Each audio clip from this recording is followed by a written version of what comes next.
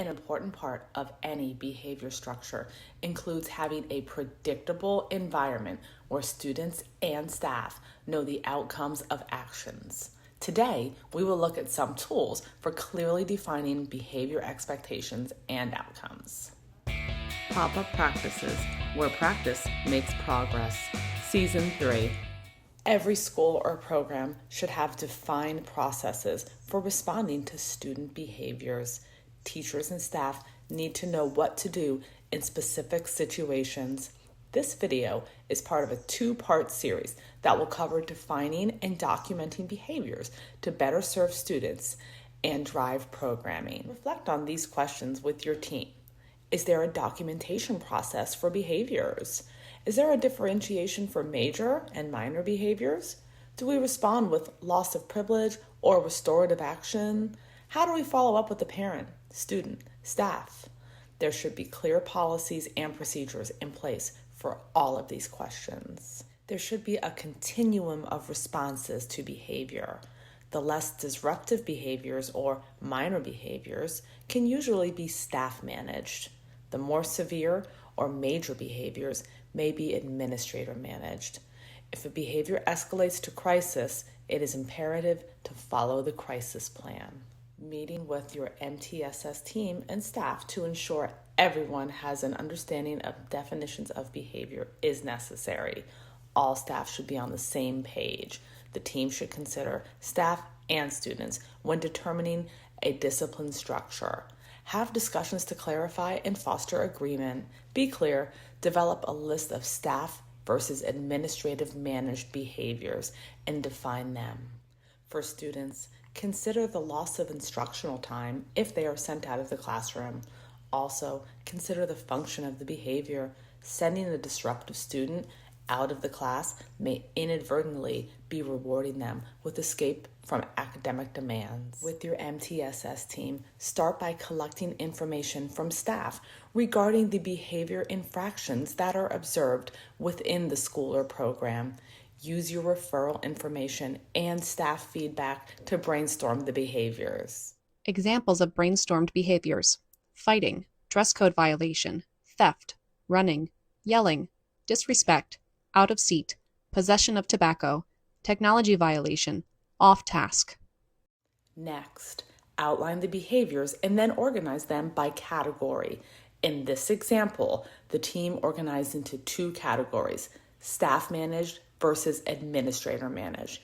Here, you see the team has the classroom managed violations on the left side, such as minor physical contact or horseplay, minor disruptions such as being out of seat or talking out, and minor dress code violations such as having a hoodie up. On the right side are the administrator managed violations such as bullying, vandalism, and major persistent disruption. Use these categories to create a visual flowchart for all staff and students to clearly understand. The one here, along with many other examples, can be found on pbis.org. Sample flowchart from pbis.org.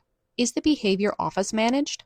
Yes, but it is not a crisis situation. Then, submit office referral to office. Then, administrative intervention implemented.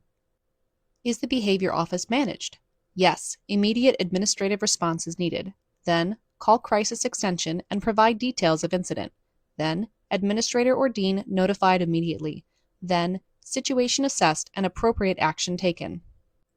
Is the behavior office managed? No, considered classroom managed. Then, provide verbal warning and reteach expectation or rule. Then, utilize classroom management strategies. Then, teacher-determined consequences and file form. Then, follow up with student. Definitions at the bottom: classroom managed, classroom disruption, minor profanity, cheating, etc. Office managed, behavior that is sent directly to the office, fights, weapons, etc., to be managed, or minor behavior that is persistent and has not improved with varying interventions. Crisis, in need of immediate response, potentially unsafe environment, suspicion of criminal behavior. You will then organize these categories based on how you want to group. In this example here, behaviors are organized into 3 groups. The first column, titled Incidental, are the behaviors that are not referred or recorded. These include off-task missing homework, and being out of seat.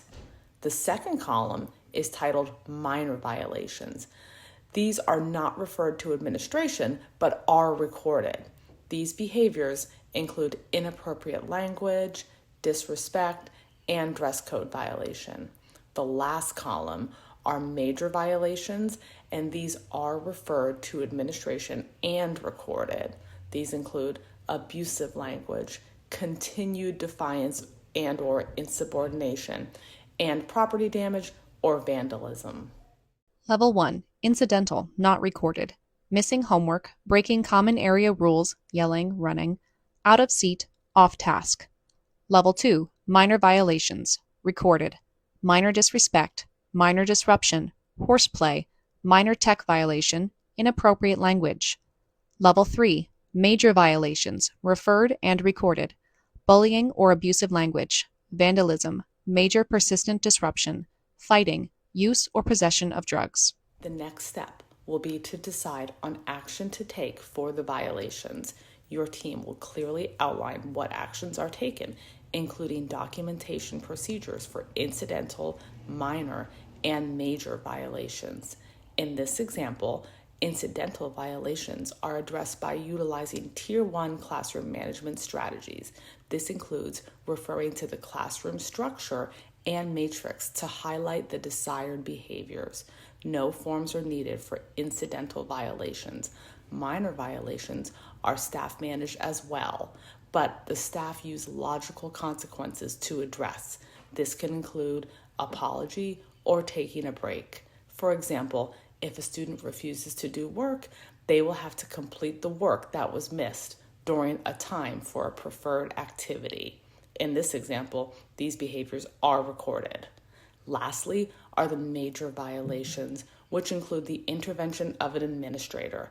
These are recorded and require a behavior referral form. Table. The first row represents the level, the second, the action taken, and the third, the forms.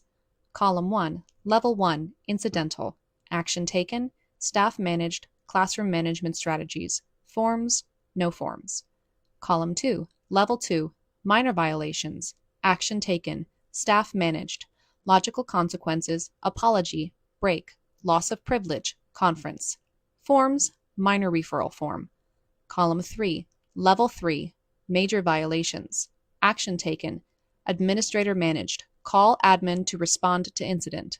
Forms, referral form.